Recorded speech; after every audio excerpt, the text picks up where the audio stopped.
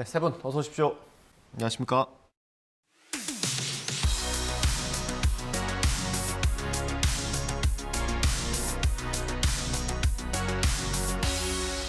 네, 시청자 비평 리뷰 Y 시작하겠습니다. 먼저 이해수 시청자 평가원이 가져오신 오늘의 주제부터 들어보겠습니다. 학교 폭력의 피해 건수가 늘어나고 있습니다. 최근에는 신체적 폭력보다는 언어 폭력이나 불법 촬영과 같은 교묘한 양상을 보여 눈에 쉽게 띄지 않고 처벌도 제대로 이루어지지 않고 있는데요.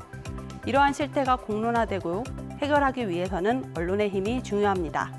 그렇다면 YTN의 보도는 우리 사회에 만연한 학교 폭력 문제를 해결하는 데 도움이 되고 있을까요? 오늘 리뷰 Y에서는 학교 폭력 보도를 살펴보겠습니다. 네, 학교 폭력 사건 최근에 많이 조명을 받고 있습니다. 정치권에서 논란이 있었고요. 넷플릭스 드라마로도 좀 화제가 됐습니다. 이 예전이랑 최근이랑 좀 어떤지 해설위원 실장님께서 한번 설명을 좀 해주실까요? 사실 과거에도 학교 폭력의 문제가 있었죠. 그런데 이제 그때는 이걸 사회생활을 배우는 과정이다. 이렇게 덮어두고 넘어가려는 그런 경향이 있었던 것 같습니다. 그런데 지금은 이제 자녀 수가 한두 명이고 적고, 그리고 이제 학생들에 대한 인권의식 이게 많이 높아져서 학교 폭력의 문제가 많이 부각되는 것 같습니다. 학생들이 이제 어린이 혹은 청소년기인데 감수성이 예민하고 또 이때 이제 정신적인 상처를 입었을 때 나중에 성인이 돼도 이게 큰 피해로 남는다는 것이 최근에 이제 사례를 통해서 드러나는데, 그렇기 때문에 이제 언론에서도 이걸 좀 잘 보도해야 될 것 같고요. 또 이런 전문가들의 조사 결과도 있었습니다. 피해 학생들의 절반 이상이 그 자기 피해를 이렇게 부모에게 말하지 않는다고 합니다. 그러니까 어른들 그리고 언론 이렇게 기성세대가 좀 더 관심을 가지고 학생들의 고민을 잘 듣고 해결하려는 그런 도움을 줘야 될 것 같다는 생각을 하게 됐습니다. 네, 뭐 흔히 시대가 많이 바뀌었다라는 얘기를 하는데 아마 학교 폭력 사건도 그렇지 않을까 싶습니다. 보도는 어땠는지 박사님부터. 네, 먼저 2월 26일입니다. 학교폭력 전담부 만든 행정법원 불신 기운 학폭위 탓 이 보도를 보니까요. 이 학교폭력에 대한 처분이 법정까지 가는 경우가 많아지고 있다고 합니다. 징계 범위를 정하는 학폭위, 그러니까 학교폭력대책심의위원회의 줄임말인데요. 이 학폭위의 처분에 학생과 학부모들이 법원의 판단을 구하는 일이 많아진 탓이라고 합니다. 이날 보도는 2019년 중학교 축구팀 사례를 들었습니다. 그러니까 제가 보니까 이 가해자와 피해자의 구분이 좀 쉽지 않았고요. 또 폭력에 대한 징계 수위를 결정하는 것도 쉽지 않았습니다. 실제로 교내 학폭위 구성원이 비법률 전문가로 구성된 경우가 많고 감정적으로 판단이 이루어지는 경우가 있어서 이 당사자들이 그 결과를 납득하지 못하는 경우가 많다는 지적이었습니다. 또 가해 사실이 학생 생활기록부에 기재되어서 진하게 그 불이익을 받는 일이 있기도 하니까 이를 막기 위해서 일단 소송부터 하자라는 사례가 늘었다는 보도였습니다. 이처럼 그 소송이 증가하면서 서울행정법원이 학교폭력 전담 재판부를 신설했다고 하는데요. 학교폭력 사후 대책에 대해 점검이 필요하다라는 점을 잘 지적해준 보도였습니다. 박사님께서 다뤄주신 보도는 국내 학교 폭력의 증가 추이나 전담 재판부 신설과 조치, 대응에 대해서도 시각적으로 잘 구성해서 유익했는데요. 또 재판부의 기능적 역할에 대한 장점과 우려되는 부분을 설명해 주어서 좋은 보도였습니다. 이어진 보도, 강제 전학 1년 미뤄진 이유, 무조건 소송, 툭하면 마다폭에서도 학교 폭력 처리 제도의 맹점에 초점을 맞추고 있는데요.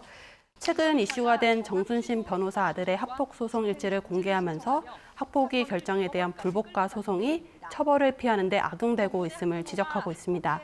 과거의 보도는 학교 폭력을 다양하게 접근하려는 노력보다는 가해자의 폭력 행위에 초점을 맞춰서 한 개인을 단죄하려는 여론에 분노를 부추기는 양상을 보이곤 했는데요. 그렇다 보니 학교 폭력의 이슈는 잠시 소란스럽고 세간의 관심에 집중이 되지만 빠르게 잊혀지는 문제도 있었습니다. 이번 YTN의 보도는 전반적으로 학교 폭력 예방 및 처리 제도의 문제점을 짚고 우리 사회의 총체적 점검이 필요하다는 내용을 다루고 있어서 질적으로 성숙해졌다는 느낌을 받았습니다. 네, 대통령이 임명한 그 고위공직자가 취임 직전에 자녀의 학폭 관련 일로 낙마하는 일은 흔한 일이 아니죠. 이 정순신 변호사의 자녀가 이 학폭 가해자였다는 점도 문제지만 부모가 자녀의 학폭 징계를 방어하려고 1심, 2심, 3심 대법원까지 법적으로 취할 수 있는 모든 방법을 총동원해서 대응했다라는 방식, 그리고 학교폭력 피해자에 대해서는 제대로 회복이 이루어지지 못했다라는 점 등이 알려지면서 이와 관련한 사안의 심각성이 확산했다고 볼 부분입니다. 정순신 변호사의 자녀 사건을 통해 알려진 것이 또 이제 마탁폭입니다. 이 학교폭력 가해자들이 행정소송을 내서 시간을 끄는 방법을 일컫는 표현이라고 합니다. 이 해당 보도에서는요, 이 학교폭력 예방법에서는 가해 학생과 피해 학생을 즉시 분리 조치할 수 있게 했지만 최대 3일이라는 한계가 있고 또 가해 학생이 보복성으로 이 마탁폭 신고를 하면 피해 학생도 학교 밖으로 쫓겨날 수 있다는 점을 핵심으로 언급을 했습니다. 이러다 보니까 이 가해자 측은 일단 마탁폭을 이제 제기하고 보는 사례도 늘어서 또 다른 악용 수단이 된다라는 지적이 보도에 있었습니다. 가해 학생이 사과와 반성을 하기보다는 이 제도의 허점을 악용해 처벌을 피하는 방법이 늘어난 것이라는 지적을 통해서 이 학교 폭력 대책의 방향을 좀 고민할 수 있게 했습니다. 네, 뭐 어떤 기사든 마찬가지입니다. 학교 폭력 기사에서도 피해자를 보호하고 보듬는 것들이 중요할 것 같은데 YTN 보도 어땠습니까? 네, 학교 폭력의 해결 과정은 반드시 피해자 중심으로 이루어져야 한다고 봅니다. 그런 의미에서 학교 폭력 가해자는 떳떳, 피해자는 이사의 전화까지 보도는 정순신 변호사 자녀 학폭 문제를 피해자의 시각으로 전달한 좋은 보도로 언급을 하고 싶은데요. 가해자의 반성 없는 행보의 내용과 미진한 조치로 인한 피해자의 고통을 피해 가족의 인터뷰를 통해서 구체적으로 들어보는 시간이었습니다. 이 사건 외에도 많은 학교폭력 피해자들이 가해 학생과 분리되지 못하거나 전학을 가는 등 또 다른 고통을 겪고 있는 현실을 전하고 있습니다.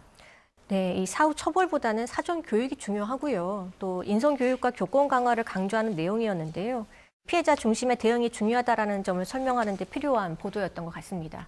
이 학교 폭력 피해자와 그 가족은 치료와 회복이 매우 더딘데 이 가해 학생은 반대인 상황이 많기 때문이거든요. 피해자를 위한 지원책과 피해 학생을 위한 회복, 또 지원 대책도 강화가 되어야 하는데 이에 대한 제도의 보완점을 두고 또 전문가의 의견은 어떠한지 또 해외에서는 이러한 문제 해결을 어떻게 접근했는지 좀 분석 보도가 이어져야 한다라는 생각이 들었습니다. 3월 2일 새학기 시작 때 증가하는 학교 폭력 예방법과 대책은 이 해당 보도에서는요, 이 학폭 가해자에게 대입 정시에서 불이익을 주고 또 정순신 변호사처럼 가해자 측이 소송으로 시간을 끌 때의 대책 등이 나올 예정임을 알렸습니다. 또 10일 학폭 분리처벌주의가 문제, 피해자 중심으로에서는 학폭이 큰 사건이 일어날 때마다 이 사건 기준으로 대책을 마련하다 보니까 이 사건 중심의 해결책에 집중됐다라는 문제 제기가 있었습니다. 너무 좀 동의가 되는 내용이었고요. 학교 폭력 대책이 피해자와 가해자를 분리와 처벌하는 데만 집중하다 보니까 이 정순신 변호사 사건에서 알 수 있듯이 이 피해 학생은 상처에서 회복되지 못한 데 반해서 가해 학생은 소송으로 시간을 끌다가 이 문제없이 진학하는 경우가 상당하다라는 문제가 보입니다. 이 가해 학생의 학폭법 그 상해 처벌만 받고 나면 정상적으로 졸업이 되고 또 아무 일 없다라는 듯이 대학에 진학하거나 이제 사회에 나가서 정상적으로 생활한다라는 것이 이 피해 학생들에게는 제2차 피해를 준다라는 전문가의 지적이 있어서 그런 부분에 좀 공감이 갔습니다. 그동안 학폭을 바라보는 언론의 시선은 가해자에게 얼마만큼 처벌이 내려지느냐에 관심이 맞춰져 있고 가해자가 센 처벌을 받으면 문제가 다 해결된 거고 그렇지 않으면 해결이 미진하다는 식의 접근이 많았던 것이 사실입니다. 물론 피해 사실을 발빠르게 전하긴 했지만 피해 당사자들의 목소리와 삶을 들여다보는 시도는 보기 어려웠는데요. YTN이 시선 전환을 선도적으로 잘 해주었다고 생각합니다. 네, 뭐 사건 사고 기사 다 마찬가지입니다. 그 사건 단면만 보지 않고 그 주변을 보는 게 좀 중요할 것 같은데요, 실장님. 그렇죠. 특히 이 학교 폭력의 문제를 보니까 이게 새로운 어떤 그 회피 방법이 나타났다는 것을 좀 주목해야 될 것 같습니다. 두 분께서 지적해 주신 것처럼 뭐 가해 학생 부모가 이렇게 맞소송으로 처벌을 회피하려는 이런 새로운 어떤 경향도 생기기 때문에 언론이 이걸 맥락을 짚어내고 이거를 좀 공유하도록 보도를 하는 거 이게 굉장히 중요할 것 같고요. 사실 일반적으로 부모가 자식하고 한 세대 차이가 나지 않습니까? 30년이기 때문에 그 학생들의 마음과 학생들의 그 고충 같은 걸 이해하기가 쉽지 않기 때문에 이런 부분들을 좀 학생들의 입장에서 언론이 이렇게 짚어내고 같이 이야기할 수 있도록 장을 마련해 주는 것 이런 것이 중요하다고 생각합니다. 하나의 아이디어로는 이제 그렇지 않습니까? 어떤 반은 분위기가 좋고 또 어떤 학교는 분위기가 괜찮은데 어떤 반이나 어떤 학교는 또 이런 사례가 많고 그런 이제 차이가 있을 수 있는데 그때 이제 늘 문제가 생겨서 이런 나쁜 일이 있었다라는 것보다도 어떻게 이걸 잘 풀었는지 그런 성공 사례라고 부를 수 있는지 모르겠는데 그런 사례를 찾아서 그런 보도를 이렇게 많은 사람들이 알도록 해주면 남을 이해하고 또 배려하는 게 이렇게 좋은 결과를 가져오는구나라는 어떤 그 교훈 같은 걸 찾을 수 있지 않을까 그런 생각도 해봤습니다. 네. 그 학교 폭력 관련해서 전문가들이 나와서 이렇게 인터뷰하는 것도 많았는데 어땠습니까? 다시 떠오른 학폭 논란, 법원의 학폭 전담 재판부까지는 기존의 대담과 차별점이 돋보이는 코너였습니다. 조정실 학교폭력 피해자 가족협의회장과 화상 연결을 한 대담이었는데요. 이번 대담은 학폭 문제에 있어서 가장 중요한 것은 피해자라는 사실을 다시 한번 인지시키면서 학폭 처리와 해결 과정 또한 가해자가 아닌 피해자 중심으로 이동해야 된다는 새롭고 또 중요한 논의를 던져주어 의미 있었습니다. 네, 이 협의회장 이야기로는 그 가해자 특별교육 기관 같은 경우에는 6천 개가 넘는데 이 피해자 전담 기관은 149개 정도밖에 없다는 겁니다. 이 기숙형 피해자 치유시설인 해맑음 센터도 이 전국에 하나밖에 없다고 하는데요. 가해자는 의무적으로 이제 특별교육 기관을 받게 돼 있지만 이 피해 학생에 대해서는 제대로 지원과 관심이 이어지지 못하고 있다고 합니다. 좀 이러한 부분에 대한 좀 추가 보도와 좀 점검이 필요하다라는 생각이 들었습니다. 또 다른 대담 보셨죠? 어떤 거 있습니까? 네, 제가 본 대담은 또 이제 학교 폭력, 내 아이도 잘못할 수 있음을 인정하세요라는 대담이었습니다. 이 학폭 소송전을 어떻게 보아야 할지 짚어보는 것이었는데요. 이 학폭 소송전이 느는 이유 중에 하나가 이 부모들이 받아들이는 수위, 그러니까 이 내 자녀가 이 정도 가지고 학교 폭력이라고 할 수 있냐? 아니다. 이걸 받아들이기가 쉽지 않다라는 거죠. 자녀 세대와 부모 세대가 인식의 차이가 있다라는 건데요. 이 또 하나는 또 학교 폭력이 입시에 영향이 있기 때문이라는 지적도 있습니다. 보통 중학교나 초등학교는 졸업과 동시에 삭제가 되는 경우가 많으니까 상관이 없지만 이 특목고의 경우에는 졸업 전에 대학 입시를 하는 경우가 있어서 그런 아이들의 경우에는 기록이 최대한 미뤄지기 위해서 가처분을 통해 확정되지 않도록 방법을 하다 보니 소송으로 가는 경우가 많다는 지적이었습니다. 이날 대담에서 김영미 변호사가 나왔었는데요. 내 자녀가 소중한 만큼 내 자녀가 잘못을 했을 때 먼저 해야 될 것이 무엇인가에 대해 생각해 보게 해주는 말씀을 좀 해주신 것 같았습니다. 내 자녀의 잘못을 두둔하는 것은 좀 부차적인 것이고 먼저 피해를 당한 아이에게 진심으로 사과를 하게 하고 다시는 이런 행동이 재발되지 않도록 교육하는 부모의 인식이라는 것이 좀 중요하다라고 짚어주었는데요. 이 가해 학생의 부모가 이러한 인식과 태도가 필요하다라는 점이죠. 또한 학교 폭력은 신고가 되면 무조건 조사를 해서 학폭위를 열어야 하기 때문에 이 교사의 적극적인 어떤 그런 중재가 필요하다, 또 갈등 해결 노력이 필요하다라는 언급이 있었습니다. 이 학교 폭력 문제는 무조건 법의 잣대를 들이대서 해결하기보다는 이 갈등 상황을 해결하고 모두 다 좀 올바른 성인으로 자라날 수 있는 그런 분위기를 만드는 것이 중요하다라고 강조했는데요. 저도 이러한 의견에 좀 상당히 공감이 가는 내용이었습니다. 네, 평가원님께서도 같은 대담 보셨다고요? 네, 박사님께서 좋은 점을 짚어주셨지만 저는 개인적으로 이 대담이 아쉬웠는데요. 앞서 조정실 협의회장과의 대담이 피해자 가족의 입장에서 접근한 것이라면 이번 대담은 법리적 문제를 진단하고 실질적인 대책을 모색하는 자리를 할 수 있는데 그 목적을 담아내지 못했다라고 말씀드리고 싶습니다. 학교폭력 소송 건수에 대한 질문에 대해서 초청된 대담자가 구체적인 수치는 모르겠다, 신고 비율이 늘었다라고 대답을 한다거나 뒤이어 나온 해결책이 부모들이 내 아이도 잘못할 수 있다는 것을 인정하는 인식 개선이 필요하다라고만 제시되어서 구체성과 현실성이 떨어진다는 인상을 받았습니다. 그보다는 학교폭력 종합 근절을 위한 법조계의 대처들이 더 나와야 하지 않았을까. 전문가 패널에 기대되는 역량을 충족시키지 못해 아쉬운 대담이었습니다. 실시간으로 대담자의 답에 YTN이 관여하기는 어렵겠습니다만 YTN 역시 대담의 성격과 대담자의 역할에 맞춰서 질문의 수준을 달리할 필요가 있어 보입니다.